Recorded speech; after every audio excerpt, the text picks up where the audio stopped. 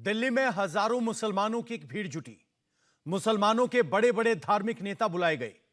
नाम दिया गया संविधान संरक्षण का, लेकिन असल में इस शक्ति प्रदर्शन का मकसद नरेंद्र मोदी को, केंद्र सरकार को अपनी ताकत दिखाना था। मुसलमानों के इस जमावड़े का एक और मकसद था, और वो ये कि नीतीश कुमार और चंद्रबाबू नायडू को दबाव में लाना, उन्हें मुस्लिम वोटों की ताकत का एहसास कराना। भले ही इस जमावड़े को वक्फ संशोधन के खिलाफ मुसलमानों की एकजुटता का नाम दिया जा रहा हो, लेकिन इससे एक बात तो यह साफ हो गई कि मौलाना अब खुलकर नरेंद्र मोदी के खिलाफ आ गए हैं। यह भी सवाल उठ रहे हैं कि झारखंड और महाराष्ट्र के चुनाव से ठीक पहले मुसलमानों के इस बड़े जमावड़े से क्या कोई राजनीतिक मायने भी निकलेंगे। पूरी रिपोर्ट देखिए। नारे तकबीर। अपने बच्चों की जिंदगी के अंदर भर दो कि मेरा कुरान, मेरा अल्लाह मुझे ये कहता है, मुझे इस बात की दावत देता है। अगर जमीयत उलमा जिंदा है और अल्लाह ने हमें जिंदा रखा, हम देखेंगे कि क्या करते हैं। हम जिंदा हैं। नारे तकबीर। अल्लाहु अकबर। जमीयत उलमा हिंद। अल्लाहु अकबर। मौलाना सैयद अरशद मदनी। कदम बढ़ाओ, हम तुम्हारे साथ हैं। अरशद मदनी कदम बढ़ाओ, हम तुम्हारे साथ हैं। जमीयत उलमा हिंद जिंदाबाद। मौलाना अरशद मदनी जिंदाबाद। शरीयत इस्लामिया जिंदाबाद। जमीयत उलमा हिंद जिंदाबाद। मौलाना अब खुल करके मोदी सरकार के खिलाफ आ गए हैं। अब तो मुसलमानों की बड़ी बड़ी मजलिसें सजाकर खुलेआम धमकियां दी जा रही हैं। चुनाव हरा देंगे, सरकार गिरा देंगे जैसे दावे हो रहे हैं। देखें कब तक चलते हैं। अगर जमीयत उलमा जिंदा है और अल्लाह ने हमें जिंदा रखा, हम देखेंगे कि क्या करते हैं। हम जिंदा हैं। इस्लाम को फलता फूलता देखें, ये इनसे बर्दाश्त नहीं होता। मगर याद रखें कि अल्लाह का ये चिराग नहीं बुझेगा, इसे बुझाने वाले बुझ जाएंगे। नारे तकबीर। आज से नहीं 1400 साल से इस्लाम की यही तस्वीर है। अब तो साफ साफ दिख रहा है कि वक्फ संशोधन विधेयक तो सिर्फ बहाना है, मकसद मोदी सरकार को हिलाना है। वक्फ सिर्फ बहाना है, प्रधानमंत्री नरेंद्र मोदी असल निशाना है। वक्फ सिर्फ बहाना है, मकसद नीतीश कुमार और चंद्रबाबू नायडू को साथ लाना है। मैं कहता हूं कि अगर चंद्रबाबू नायडू की बैसाखी न होती और उधर नीतीश कुमार की बैसाखी न होती तो बीजेपी गवर्नमेंट नहीं बना सकती थी। तो मुझे बड़ी खुशी है कि सारे हिंदुस्तान के मुसलमानों ने एकजुट होकर के गठबंधन को वोट दिया और गठबंधन इस तरह से आगे निकला और बीजेपी हार गई। क्या मुसलमानों को एकजुट करके कोई बहुत बड़ी तैयारी हो रही है? क्या मुसलमान सरकार के खिलाफ एकजुट हो रहे हैं? आज दिल्ली में हजारों की संख्या में जुटे मुसलमानों ने सरकार को क्या धमकी दी है? मुद्दा वही है, वक्फ संशोधन विधेयक का। विधेयक अभी जेपीसी के पास है। जेपीसी पूरे देश में घूम घूम कर लोगों से बात कर रही है, सबकी राय को शामिल कर रही है। अपने हंगामे से जितनी हेडलाइन जेपीसी की ये बैठकें बटोरती हैं, उससे ज्यादा हेडलाइंस बटोरने की कोशिश मुस्लिम लीडरशिप कर रही है। दिल्ली में आज जमीयत उलेमाए हिंद की तरफ से मुसलमानों का एक सम्मेलन बुलाया गया, जिसे नाम दिया गया संविधान संरक्षण सम्मेलन। दिल्ली के इंदिरा गांधी इंडोर स्टेडियम में संविधान बचाने के नाम पर मुसलमान जमा हुए। पूरे देश भर की मुस्लिम कयादत को यहां बुलाया गया था और शुरुआत से ही लगातार सरकार और सरकार के किरदार पर हर कोई हमलावर था। अब जो वक्फ का कानून, वक्फ में जो तरमीम की कोशिश की जा रही है, याद रखिए ये बहुत ही ख़तरनाक तरमीम है।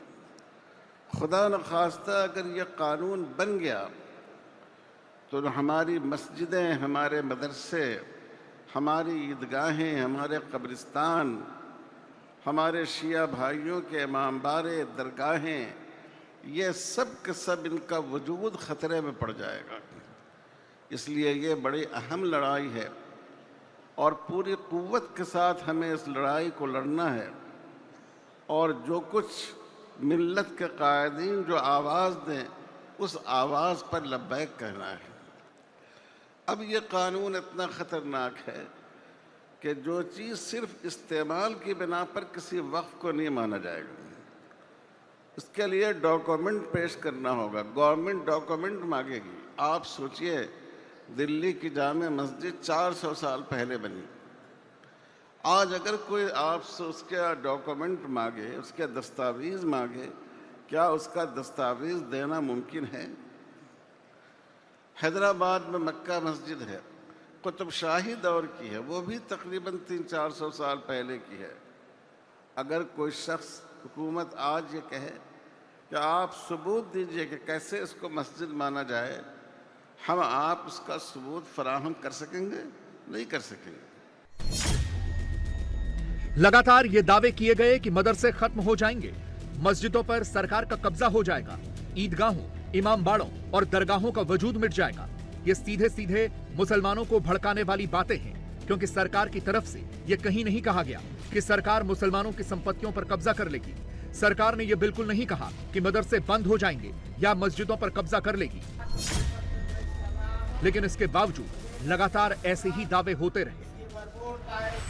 हिंदुस्तान का वो तबका जो इन मसाजिद के औकाफ को हड़प करना चाहता है, कहता है अगर किसी वक्फ जमीन या मस्जिद या किसी भी चीज के कागजात वक्फ के नहीं आए, उसको वक्फ नहीं माना जाएगा।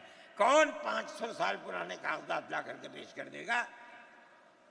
कानून ये था कि जो मस्जिद बनी है, जो वक्फ पर बनती है, वो वक्फ है।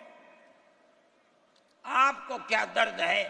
क्या आप उस वक्फ को खत्म करते हैं? इसका मतलब है मुसलमानों की जमीन को हड़प करना चाहते हो, हराम खाना चाहते हो, इसलिए उन औकाफ को हड़प करना चाहते हो।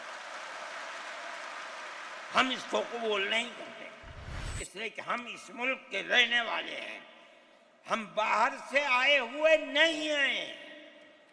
अगर हिंदू गूजर है, मुसलमान भी गूजर है।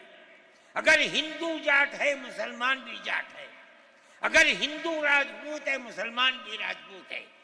जाओ देखो कश्मीर के अंदर, अगर हिंदू भी रहमन है, मुसलमान भी रहमन है। हम इसी मुल्क के रहने वाले हैं। किसी को अच्छा लगा ये मजहब, वो इस मजहब में चला गया। किसी को ये मजहब अच्छा लगा, वो इस मजहब में चला गया। क्या मजहब की बुनियाद पर इस मुल्क के अंदर आप हमें जीने का हक नहीं देंगे?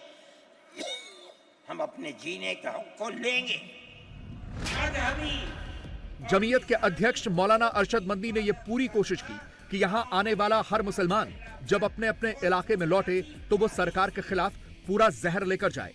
पूरी तकरीर में यह साफ नजर आ रहा था कि भले ही बहाना वक्फ संशोधन बिल का हो, लेकिन निशाना केंद्र सरकार और नरेंद्र मोदी ही थे। प्रस्ताव पारित किया गया कि वक्फ एक्ट 2013 अपने आप में बहुत व्यापक और प्रभावी एक्ट है, इसमें किसी संशोधन की आवश्यकता नहीं है। जमीयत उलेमाए हिंद वक्फ संशोधन बिल 2024 को अस्वीकार करता है, सरकार से मांग करता है कि इसे वापस लेकर वक्फ एक्ट 2013 को बहाल रखे। खुदा न करे अगर बिल पारित हो गया तो बोर्ड शक्तिहीन होकर रह जाएगा, वक्फ ट्रिब्यूनल का अधिकार समाप्त हो जाएगा, जिसके नतीजे में वक्फ पर सरकार का नियंत्रण और कब्जा बहुत आसान हो जाएगा। वक्फ मुसलमानों का धार्मिक मामला है। सरकार की ये योजना वक्फ की न केवल धार्मिक स्थिति को नष्ट करेगा, बल्कि इससे देश में खरबों रुपए की वक्फ संपत्तियां तबाह हो जाएंगी। प्रस्तावित संशोधनों में अन्य धर्म के मानने वालों को शामिल करने की बात बोर्ड की परंपराओं और कार्यों के खिलाफ है। ये तो कागजी प्रस्ताव हैं, जिन्हें इस सम्मेलन में जुबानी पारित करवाया गया, लेकिन असल में पूरा मकसद ही ये था कि सरकार को मुसलमानों की ताकत दिखाई जाए, सरकार को सभ्य भाषा में धमकाया जाए कि हम किसी से नहीं डरते। और सबसे बड़ी बात कि मुसलमानों को यह भरोसा भी देना था कि जब तक नरेंद्र मोदी की सरकार नीतीश कुमार और चंद्रबाबू नायडू के सहारे टिकी है, तब तक उन्हें घबराने की जरूरत नहीं है। बाकायदा मंच से यह ऐलान भी किया गया। नीतीश कुमार और चंद्रबाबू नायडू को मोदी की बैसाखी बताया गया। आपने जिस सियासत को इख्तियार किया, आप 2 इलेक्शन पहले देखिए किस कुव्वत के साथ बीजेपी आई थी। आपने जिस पॉलिसी को इख्तियार किया, सेकुलरिज्म को आग लगानी चाहिए, उसका नतीजा इस इलेक्शन में क्या हुआ? बीजेपी हार गई। मैं कहता हूं कि अगर चंद्रबाबू नायडू की बैसाखी न होती और उधर नीतीश कुमार की बैसाखी न होती तो बीजेपी गवर्नमेंट नहीं बना सकती थी। क्यों हुआ? वो जो 14 साल पहले इतनी कुव्वत के साथ आई थी कि लगता था किसी दूसरी जमात का चिराग ही नहीं जल रहा है, वो चिराग आज बुझ कैसे गया? इस पॉलिसी की वजह से। मुल्क की पॉलिसी अगर भाई भाई की होगी, मुल्क जिंदा रहेगा। एक बाप की औलाद 5, 4, 3 अगर प्यार और मोहब्बत के साथ रहेंगे, वो घर आबाद रहेगा। अगर दुश्मनी होगी, सब बर्बाद हो जाएंगे। हमारी ये पॉलिसी है कि हिंदू, मुसलमान, सिख, ईसाई सब एक दूसरे के साथ भाई भाई हैं। यह बात सही है कि नरेंद्र मोदी की सरकार को बहुमत इन दोनों की वजह से ही हासिल है। चंद्रबाबू नायडू की पार्टी टीडीपी के 16 सांसद और नीतीश कुमार के 12 सांसदों का समर्थन सरकार को प्राप्त है। लेकिन यह भी हकीकत है कि इन दोनों के समर्थन की वजह से ही सरकार यह वक्फ संशोधन विधेयक लेकर आई है। लेकिन सबसे कमजोर कड़ी चंद्रबाबू नायडू को साबित करने की हो रही है। बाकायदा इस सम्मेलन में चंद्रबाबू नायडू की पार्टी के एक मुस्लिम नेता को भी वक्ता के तौर पर बुलाया गया था और उस मुस्लिम नेता ने चंद्रबाबू नायडू को मुसलमानों का सबसे बड़ा खैरख्वाह बता दिया। ये तक दावा कर दिया कि जब तक चंद्रबाबू नायडू हैं, तब तक ये वक्फ संशोधन विधेयक पारित नहीं हो सकता। ऐसा इंसान हमारा वजीर आला जो मुसलमानों को कुछ नुकसान पहुंचने की बिल पर उन्होंने किसी हालत में भी उन्होंने उसे लागू नहीं होने देंगे।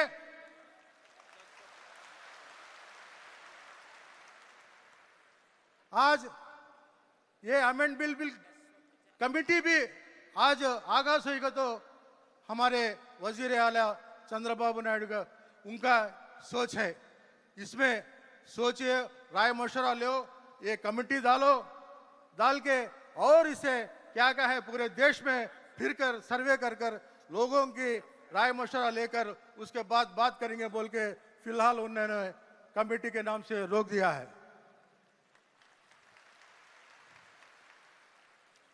3 दिन पहले हमारे वजीर आला चंद्रबाबू नायडू साहब ने अपने बयान में कहा है, जो कोई भी इदारा हो, हिंदू का हो, मुस्लिम का हो और क्रिश्चियंस का हो, जो भी कोई भी इदारा हो, उसमें वही कम्युनिटी के लोग उन्होंने मेंबरान होना चाहिए। गैर कौम के उसमें लाने की कोशिश करने में मैं नहीं चाहता हूं बोल के उन्होंने अपने 3 दिन के पहले उन्होंने अभी एक प्लेटफॉर्म में उन्होंने एक बयान दिया है। खासकर ये वक्फ बोर्ड बिल के वजह से चुनो वो नजर से बोले हैं। अब मुस्लिम लीडरशिप पूरी तरह से यह कोशिश कर रही है कि चंद्रबाबू नायडू और नीतीश कुमार पर दबाव डाला जा सके, उन्हें मनाया जा सके, मुस्लिम वोटर्स का डर दिखाया जा सके। बिहार में 17% मुस्लिम वोटर्स हैं, आंध्र प्रदेश में भी 10 से 12% मुस्लिम वोटर्स हैं और दोनों ही नेताओं यानी कि नीतीश कुमार और चंद्रबाबू नायडू को मुसलमानों के अच्छे खासे वोट मिलते हैं। इसीलिए मुस्लिम लीडरशिप इन पर दबाव डाल रही है और आज ही यह दावा भी कर दिया गया कि जमीयत का अगला सम्मेलन बहुत जल्द पटना और आंध्र प्रदेश के कड़प्पा में करवाया जाएगा। अगर वक्फ तरमीमी बिल पर आग लगती है तो जो बैसाखी जिस पर मुल्क चल रहा है उसकी जिम्मेदारी इतनी ही उस पर भी पड़ेगी जितनी जिम्मेदारी मरकज में बैठी हुई ताकत पर पड़ेगी। ये बैठे हुए हैं मैं इनकी तशरीफ आवरी पर शुक्रिया अदा करता हूं और मैं समझता हूं कि मुसलमान के ये जज्बात वहां तक पहुंचेंगे और जमीयत उलमा ने ये वहां की जमीयत के जिम्मेदार बैठे हुए हैं। हमने तय किया है कि हम इस महीने के आखिर में या दिसंबर के शुरू में, क्या तारीख है, 1 दिसंबर या 15 दिसंबर को हम वहां भी जमीयत उलमा की तरफ से कड़पा में जो चंद्रा बाबू नायडू का वतन है, हम वहां इंशाअल्लाह 5 लाख मुसलमानों को जमा करेंगे और अपने दिल के एहसास को उनके सामने रखेंगे। हम जिस तरह इस मसले के अंदर मुल्क की मौजूदा मरकजी हुकूमत को जिम्मेदार समझते हैं, अगर खुदा न खास्ता ये कानून पास हुआ तो वो बैसाखी जिनके ऊपर ये बैठकर हुकूमत कर रहे हैं वो भी उस जिम्मेदारी से सुबुकदोश नहीं हो सकती। यानी ये पूरी कोशिश हो रही है कि मुसलमानों की ताकत का एहसास दिलाकर नीतीश कुमार और चंद्रबाबू नायडू पर दबाव डाला जाए। मुसलमानों की लीडरशिप चाहती तो यह है कि किसी भी तरह से अगर नीतीश कुमार और चंद्रबाबू नायडू मोदी सरकार से समर्थन वापस ले लें तो सरकार गिर जाएगी। वैसे भी इस बार यानी कि 2024 के चुनावों में मुसलमानों ने एक तरफा इंडिया गठबंधन के लिए वोटिंग की थी। इसी का असर रहा कि मोदी बहुमत से बहुत नीचे रुक गए और कांग्रेस का भी अच्छा प्रदर्शन रहा। अब तो मुसलमानों की जमीयत जैसी लीडरशिप यह खुलासा कर रही है कि उन्होंने ही कांग्रेस और राहुल गांधी और उनके गठबंधन को वोट देने की अपील की थी और उस अपील पर मुसलमानों ने पूरा भरोसा जताया। जो गठबंधन की पॉलिसी है मैं उसको अच्छा समझता हूं। एक तरफ तो ये किरदार है गवर्नमेंट का जो आपके सामने पेश किया जा रहा है, दूसरी चीज इलेक्शन के दबाने के अंदर जो इंडिया गठबंधन ने अपना मैनिफेस्टो शाये किया, मेरे पास ये चीज पहुंची कि राहुल गांधी जी ने ये कहा है कि हमारी हुकूमत अगर बनेगी तो हम हर अक़लियत को अपने मजहब के ऊपर चलने की आज़ादी देंगे। मैंने उनकी इस बात को कद्र की नजर से देखा और मैंने ये ऐलान किया कि इस ऐलान के बाद मुसलमान को उस गठबंधन की जिसमें रहकर उसको आज़ादी मिलती है अपने मजहब की, उसको वोट देना अपने दीन की हिफाजत के मुरादिफ है। और मुझे बड़ी खुशी है कि सारे हिंदुस्तान के मुसलमानों ने एकजुट होकर के गठबंधन को वोट दिया और गठबंधन इस तरह से आगे निकला और बीजेपी हार गई। मेरे भाई, ये जमीयत उलमा की पॉलिसी है और जमीयत उलमा इस पॉलिसी के ऊपर जिंदा है। ऐसा लगता है कि मोदी विरोधियों की लिस्ट में मौलाना सबसे ऊपर हैं, जो मोदी को वैचारिक और राजनीतिक दोनों रूप से नापसंद करते हैं। इसीलिए तो यह सम्मेलन बुलाया गया, जिसकी फिलहाल कोई जरूरत नहीं लगती है। वक्फ संशोधन बिल अभी जेपीसी के पास है। जेपीसी उस बिल पर पूरे देश की राय ले रही है। देश के अलग अलग शहरों में जाकर लोगों की राय शुमारी कर रही है। इस बीच मुसलमानों ने इस बिल के विरोध के लिए कई तरह की मुहिम चलाई। मुस्लिम मोहल्लों में बड़े बड़े लाउड स्पीकर लगाकर वक्फ संशोधन विधेयक की खामियां गिनाई गई। मस्जिदों के बाहर QR कोड लगाकर इस बिल के खिलाफ वोटिंग करवाई गई। इस बिल के नाम पर कई तरह के झूठ, अफवाह और फेक न्यूज भी फैलाई गई। अभी फिलहाल इस बिल पर कुछ नहीं होने जा रहा, इसलिए यह समझ में नहीं आ रहा कि इस तरह के सम्मेलन क्यों बुलाए जा रहे हैं। कहीं महाराष्ट्र और झारखंड के चुनावों में मुस्लिम वोटों को एकजुट करने की तो कोशिश नहीं हो रही, क्योंकि मुसलमानों की जमीयत जैसी बड़ी लीडरशिप सीधे सीधे ये ऐलान कर रही है कि वो बीजेपी या मोदी के सामने तो झुकेगी नहीं।